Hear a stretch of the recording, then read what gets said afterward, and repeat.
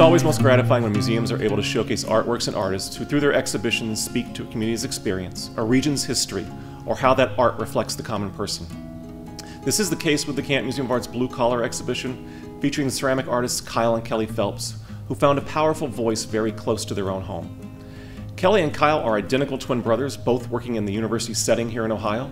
Kyle is associate professor and head of the art department at the University of Dayton, and Kelly is associate professor and chair at Xavier University in Cincinnati.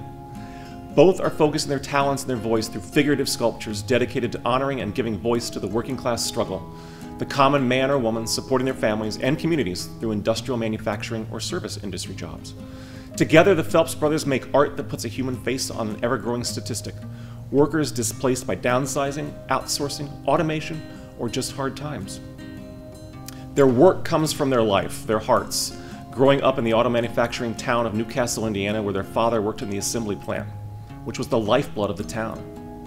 Their work transcends race, gender, ethnicity, and place. Their sculpted figures take us back to a style reminiscent of the WPA art of the 1930s, showing men and women in moments of struggle, tired, perhaps cast off, but not without hope.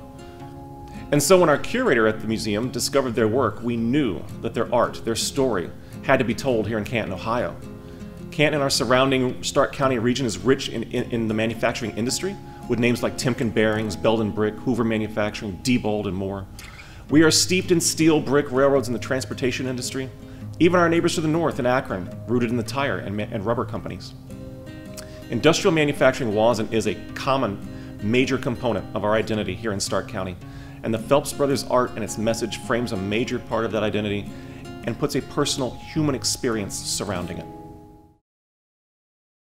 Stark County industry developed in several ways, but a lot of it was related to the natural resources, to the clay, the shale, the oil and gas in this region. So, yeah, the brick and tile industry was really one of the first important industries, first really to draw immigrant labor from Europe.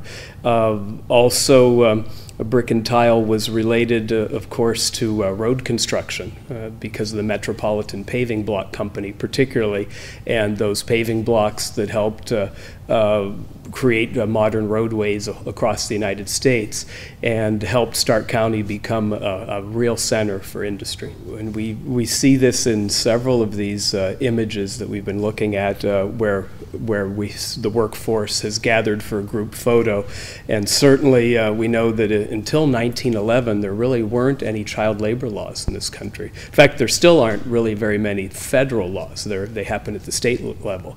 But after the horrible Triangle Shirtwaist Factory fire in New York City in 1911, many states, including Ohio, began placing limits on child labor. Before that, there were no rules. So boys as young as 5 or 6 were used as runners or sorters or in a variety of purposes. And of course, in the textile industry, young girls were working at that young of an age too. So this image is typical of the unregulated nature of early industrialism.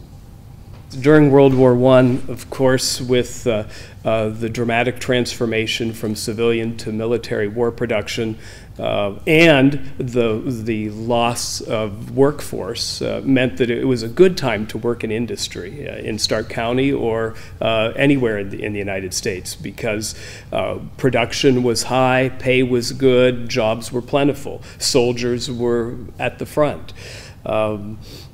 Then after the war, several things happened, though. Obviously, the demand for products dropped significantly. At the same time, the soldiers came back home expecting to have their jobs back. And not only expecting their jobs, but at a pretty high pay. So there was a recessionary period that placed a lot of pressure on industrial workers. At the same time that industrial production was scaling back at the end of World War I, there was a new dramatic fear that spread across a good bit of the world. The Bolshevik Revolution that occurred, the 1917 revolution in Russia, instituting a communist government. And so in addition to the successful revolution in Russia, we had there was the Spartacus movement in Berlin, we had revolutionary activity in Paris and Rome and other locations. And the fear here in America was as well that communism would come and that industrial workers were a potential threat. So we moved from a time period during the war where industrial workers were sort of held up as heroes to now they're potential radicals. And when we talk about the steel industry particularly, a lot of the immigrants who were working in the steel industry were coming from Eastern Europe, from Poland and Russia and other Eastern European locations. So to those Americans who weren't so sophisticated, they all seemed to be Russian, they all seemed to be potential Bolshevik communist revolutionaries. So we have an image of a worker who I think is a heroic, honorable worker, but was perceived by many as a radical because he was a union leader and because he was standing up for protections for workers. And so what we had in this post-World War I period in the United States, as early as 1919, we had a couple of explosions, a horrible one that's actually never been solved on Wall Street where people died, and then actually an explosion at Mitchell Palmer's house, the Attorney General. And shortly after that we had what were known as the Palmer raids, as the US federal government started rounding up people who had Eastern European ancestry and or were involved in union activities. And people were, the first Red Scares, it's called, the fear that these industrial workers were communist and that they were going to unleash a Bolshevik-style revolution here in the United States. And again, that was happening in the same time period where there was so much pressure. With the cut in production and with the soldiers coming back home, there were too many workers, not enough jobs, there were pay cuts. From 1920 to 22, I believe, there were an enormous number of strikes across the country. And in my mind, most of these strikes were legitimate, where workers were asking for better working conditions and better pay and more job security. On the other hand, the general public in this hysterical period saw them part of this Red Scare, this idea that industrial workers were not loyal to the United States. They were part of an industrial communist movement. And so these workers were perceived as radicals who were destabilizing America. And so for that reason, I think this image is just really a profound one, and it's also a timeless one, because I think that we see the image of an industrial laborer who's poured his heart and soul into a factory system that might not be so thankful and so forgiving of his efforts. So we have a really wonderful image of road construction, and it's tied particularly to the Lincoln Highway. And so the Lincoln Highway was the first interstate highway in America, and it, for that reason, of course, had profound national importance, connecting New York to Philadelphia, and then from Philadelphia all the way to San Francisco. So in New York, for example, we still have the Lincoln Tunnel because of the Lincoln Highway. So first transcontinental east-west road that provided auto and truck transportation. It provided business and commerce in a much better manner than before. It allowed eventually Americans in leisure time to be able to have freedom, not to be tied to just train stations, but to be able to go wherever they wanted to with an auto.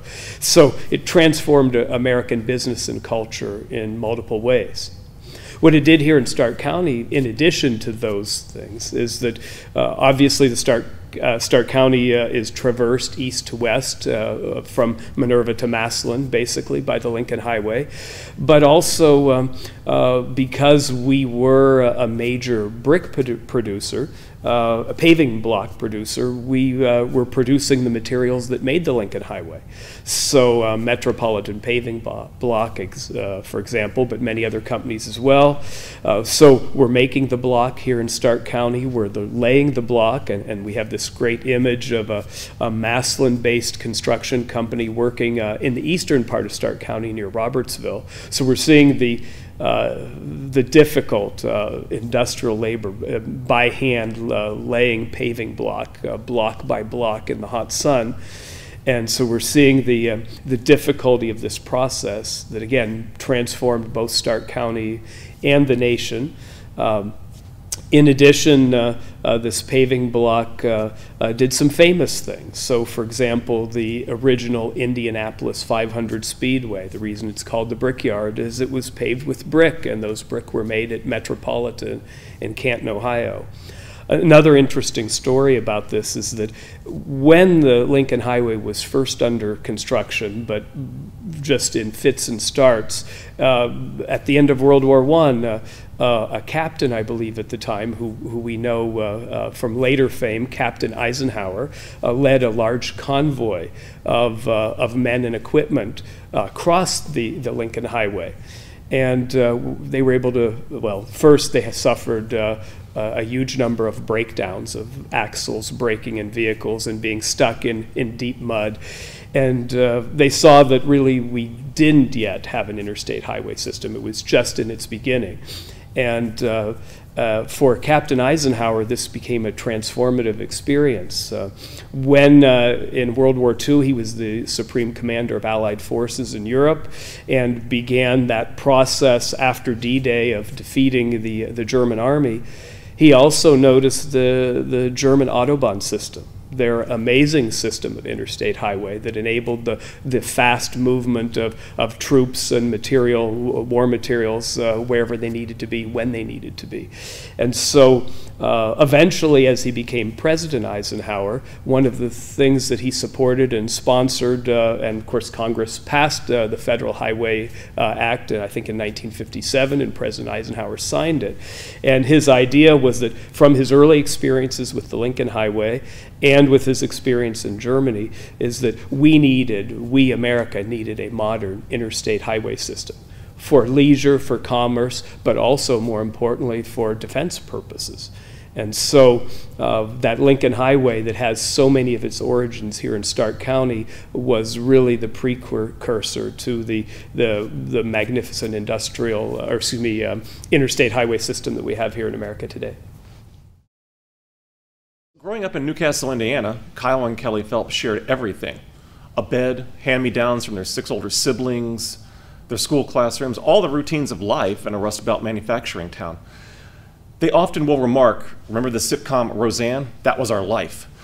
Both brothers carry a memory of how every morning, like clockwork, their father would put on his work boots, go to the front step, leave to go to work in the manufacturing plant, come back 8, 9 hours later, take off his work boots. His clothes smelled like oil, but the brothers would go pick metal shavings out of his boots. This was fun to them. This was an experience that would frame their artwork for the rest of their lives. When the auto industry began its decline, bringing layoffs and plant closures, it was a pain that Kyle and Kelly saw up close in their community. By then, they'd already chosen a different path to become artists, and where that led them, inevitably, was back home again. The brothers took every art class that they could in high school and majored in art at Ball State University. To earn money after their graduation, they came back to Newcastle and they took jobs in the plant. As they would both say, it was horrendous, the noise was deafening. You get into a rhythm, you become one with the machine, and then you eventually become the machine. That experience would also become their art, as they will tell you. The twins enrolled in an MFA program at the University of Kentucky, where they took up clay as their art form. When they arrived at school, they were still making what they call angry black man art. Statements about slavery, civil rights, work today that they regard as superficial, not because those issues aren't important, but because the images simply didn't resonate with their experience in life. They realized they wanted their message to be more inclusive, so they began to tap into their working class identity, a subject they felt personally authentic and universal. Our art is about American people. What's going on today? What's happening in our manufacturing plants? Inside their studio, Kyle and Kelly are like artistic journalists, chronicling history and the common worker. They take inspiration from their collective memory, but also from sketched scenes and photos from their past. The twins create their sculpted figures out of clay, sometimes casting them in resin, then paint them, often with a heavy use of red, white, and blue. When they go in the studio, they're in perfect sync, just as with their clothes or with their cars, as often identical twins are. One is not the painter and one is not the sculptor. They are one as they create their art. Central to their work is found objects, a composition element that attracted us at the museum to their work. It's steeped in history. It connects their characters that are sculpted out of debris salvaged from factories, closed or torn down.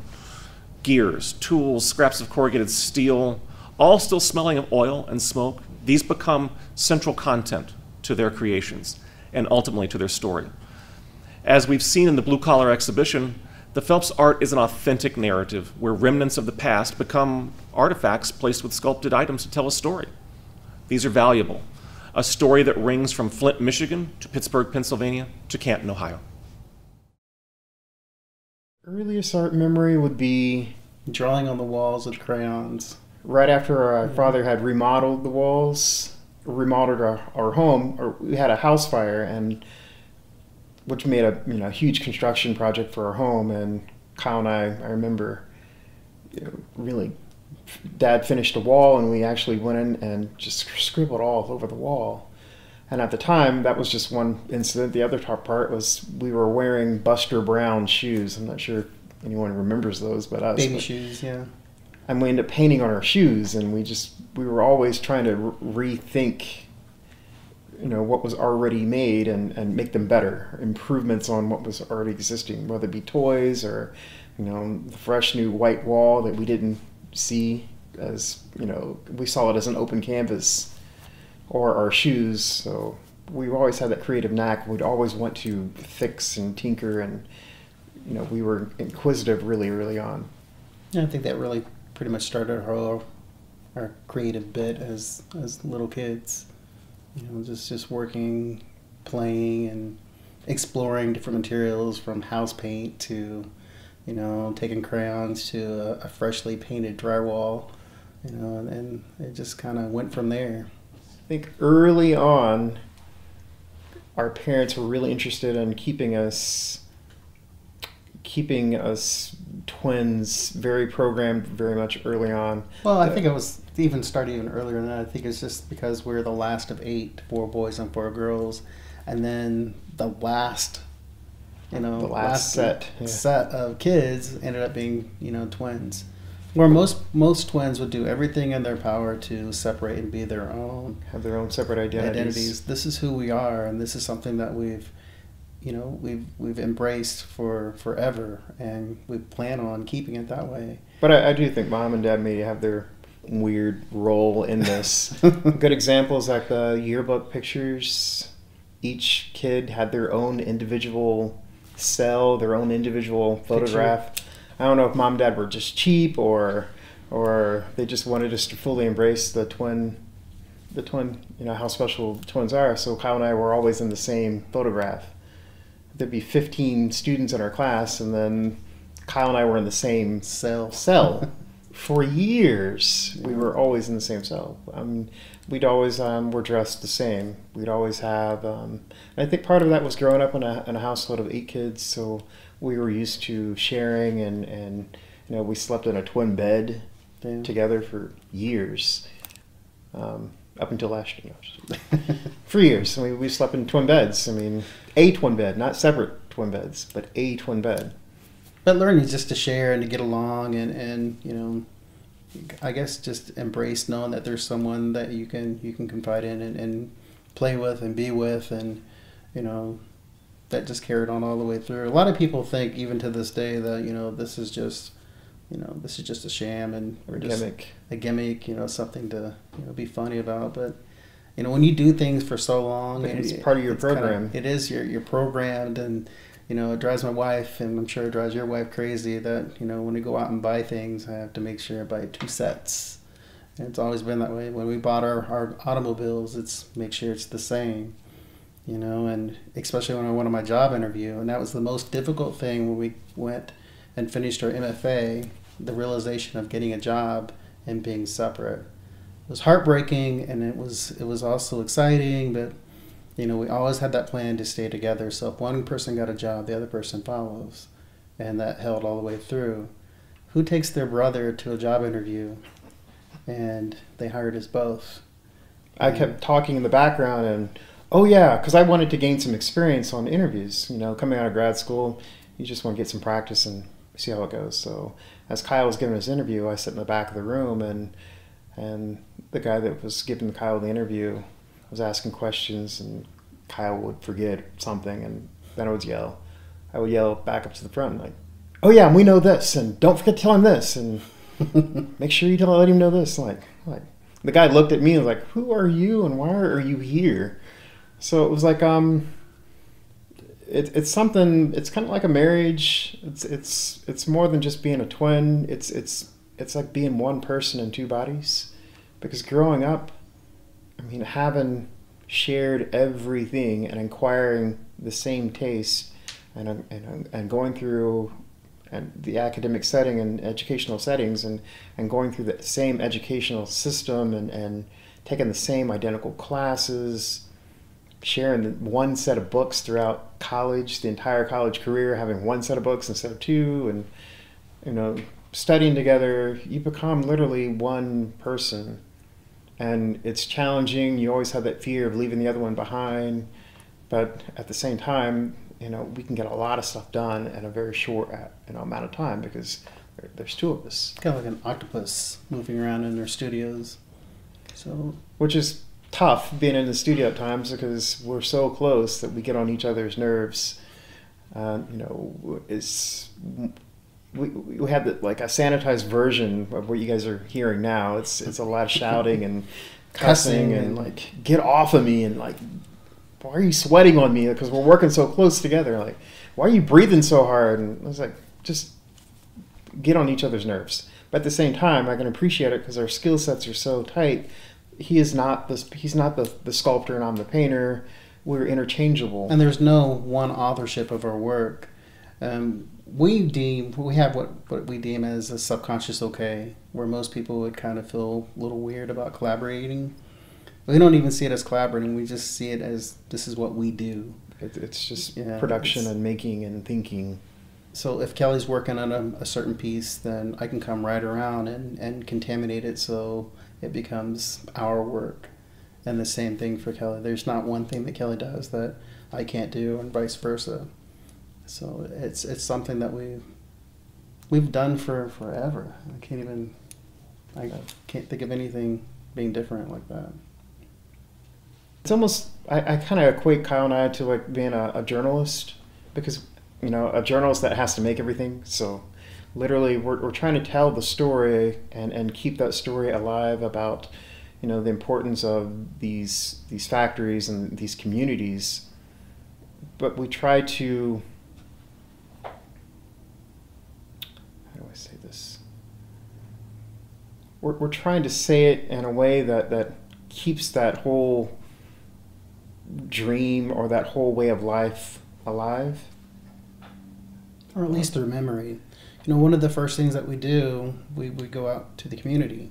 We talk to people that live those experiences. You know, factory workers, the warehouse workers. We would go to UAW halls that are still alive and talk to people that, you know, that worked on the assembly lines, that worked a picket line, and, you know, and go into communities, because without actually talking to people, we're just making things just at a whim. You know, I think it's really important to hear other people's experiences, not just about my family. You know, it could be about your uncle, your father, your dad, your sister, family. But without that kind of information, then you really kind of just creating things kind of fictitiously in a way. So those are the first things we do. And then general sketches, you know, having a sketch or a quick drawing, the beauty about that is that you can go back and revisit that year after year after year. You know, in fact, that we're still actually looking through past sketchbooks and getting ideas from that. And then not only that, then we get into photo documentation. So we go and we photograph the sites. Oftentimes we do things legally as well as illegally to retrieve information and artifacts. It's important for us to get the found objects so that we can archive that sense of time, place, and history. and that's why I equate this to being a journalist in a way. I mean, you're not only capturing the interview and getting these personal narratives from the original people who worked in these communities or who were impacted by these communities, but also archiving these factories or these warehouses so that these are not, they're not lost, because a lot of these structures are huge structures. I mean, mega structures. The factory that my father worked in, if you can imagine, I think it was 1.2 million square feet, and there are 4 of these structures. So you can imagine the Empire State Building on its side. That's how large these structures are. But gone. But totally. Yeah, there's nothing there. There's nothing left. They've actually scraped it away from the earth. So what's left in a lot of these communities, if they bulldoze them over, are just these large cement scabs. Yeah. And a scab is pretty much what it is, because the community still sees what once was there. I mean, that's what's disheartening for Kyle and I, is that this whole sense of American history has just been kind of wiped away like it didn't exist. I think the role of using the found objects, once again, is to archive that sense of time, place, and history. The value for Kyle and I, well, not just Kyle and I, any average person looking at, let's say that we're working on the John Henry series, and we're working with, spent cast-off railroad stakes that you would find on any railroad line. Most people would just look at it and, that's something average that you would see, just like a railroad tie. But for Kyle and I, I see that sense of American history, and I can think back about how many people were impacted by the railroads, and I have to say this because as African Americans, there are a few jobs that were kind of covenant jobs for African Americans early on. One was the railroad. Number 2 would be coal mines and auto industry and steel industry, and the textile industry was another. But very kind of everything else besides that was very kind of few and far in between for good, sustaining lives for your family that you can actually put your kids through college and things of that nature. But like with anything, like when the auto industry started to fail, that also impacted the railroad industry, and everything else kind of follows in place. So I think that it's important to kind of archive that sense of history and time. So when we look at, remnants from the railroad, such as a railroad tie that's been cut down and repurposed into a form, or railroad, stakes, I mean, all those become really kind of valuable artifacts that help to tell the story. So we juxtapose these found objects with our handcrafted objects. It just wouldn't feel the same to go make the narrative and sculpt out everything out of clay, or if we're going to do a bronze cast off of it. Like I said, it's something. I think it's more important for Kelly and I to know that this came from Flint, Michigan. This came from a Ford assembly line, or off of off the tracks of a railroad tracks. It's just something that it means something to us because it was an actual object that was created. Versus something that was handcrafted and sculpted out, because it does have that sense of history. It wouldn't feel the same as me going out and sculpting out completely everything out of clay. It takes on a whole different life. Yeah, no, if we were just to have a standalone figure, and it may be well crafted and had great representational qualities to it. It's just a figurine. We needed that other object to make it authentic and give it that substance to help tell that narrative.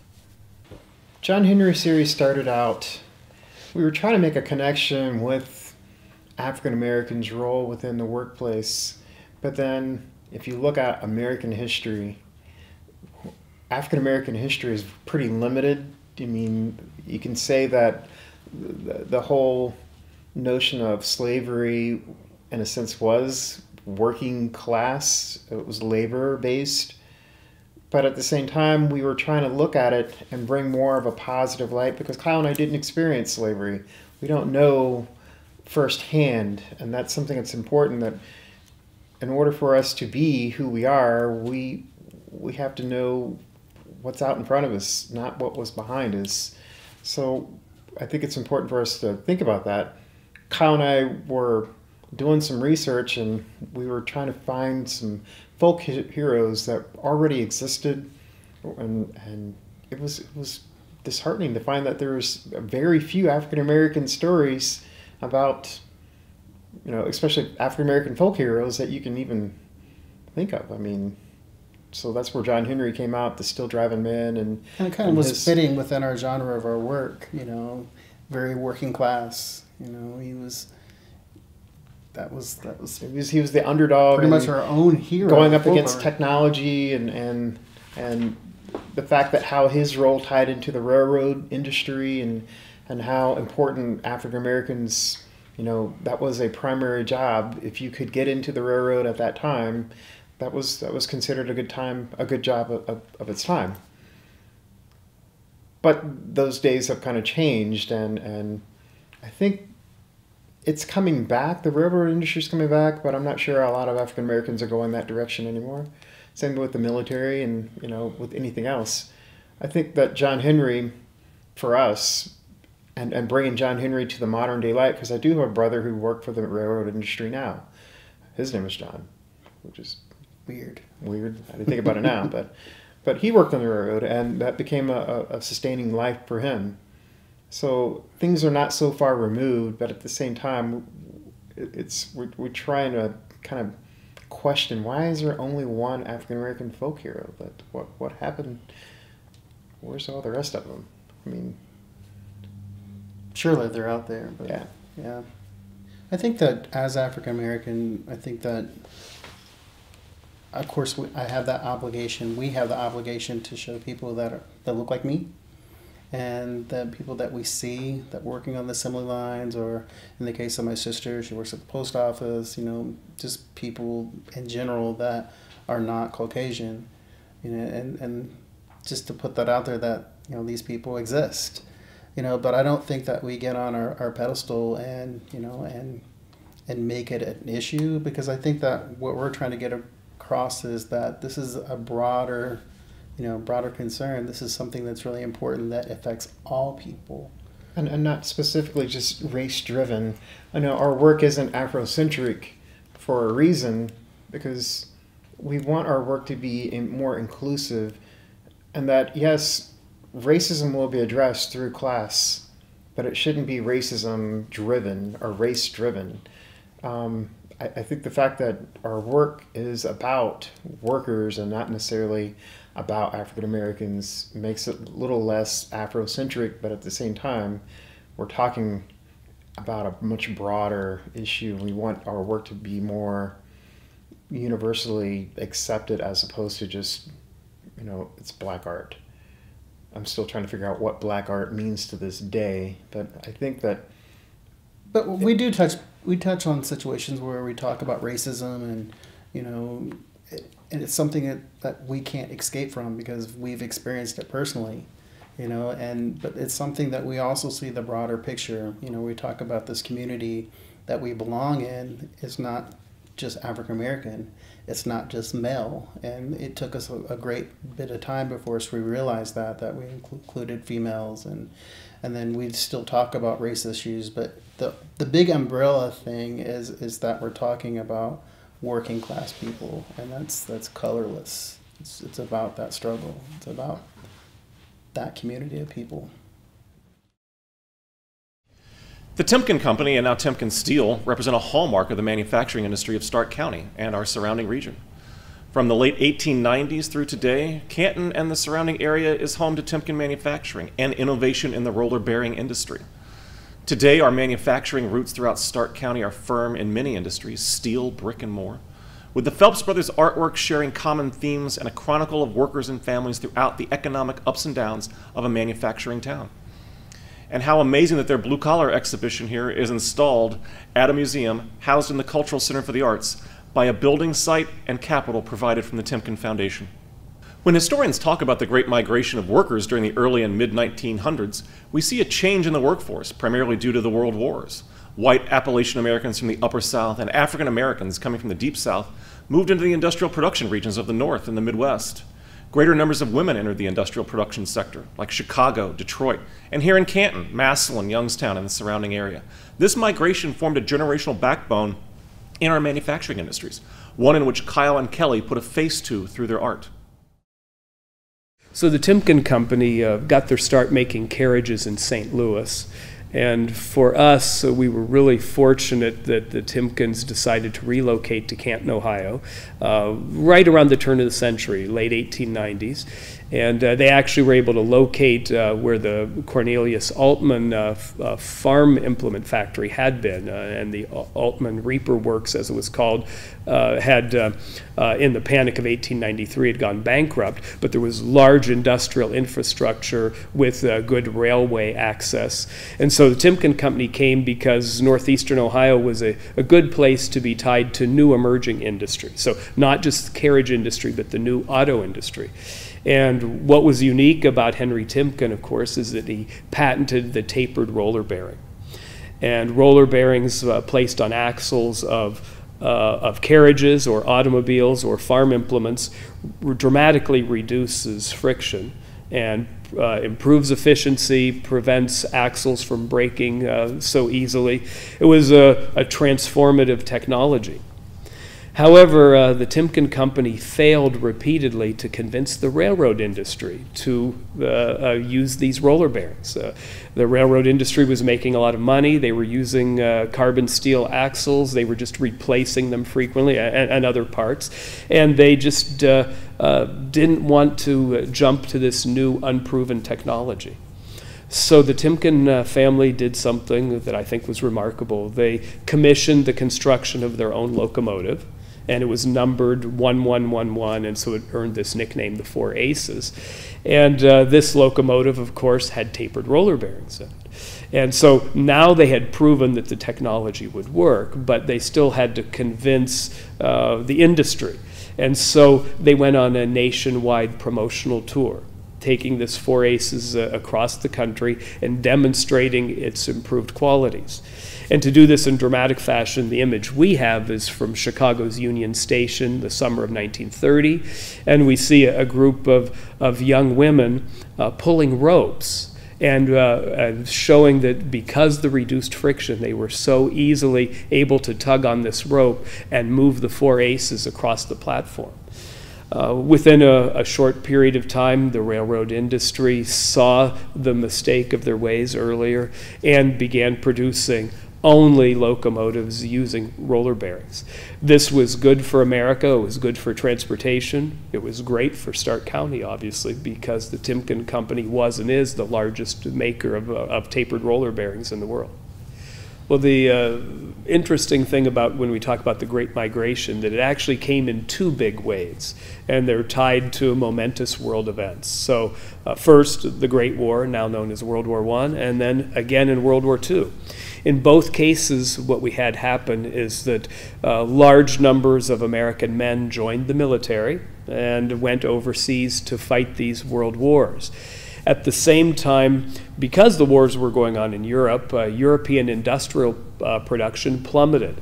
And so in both cases, the Allies depended almost completely on American military production.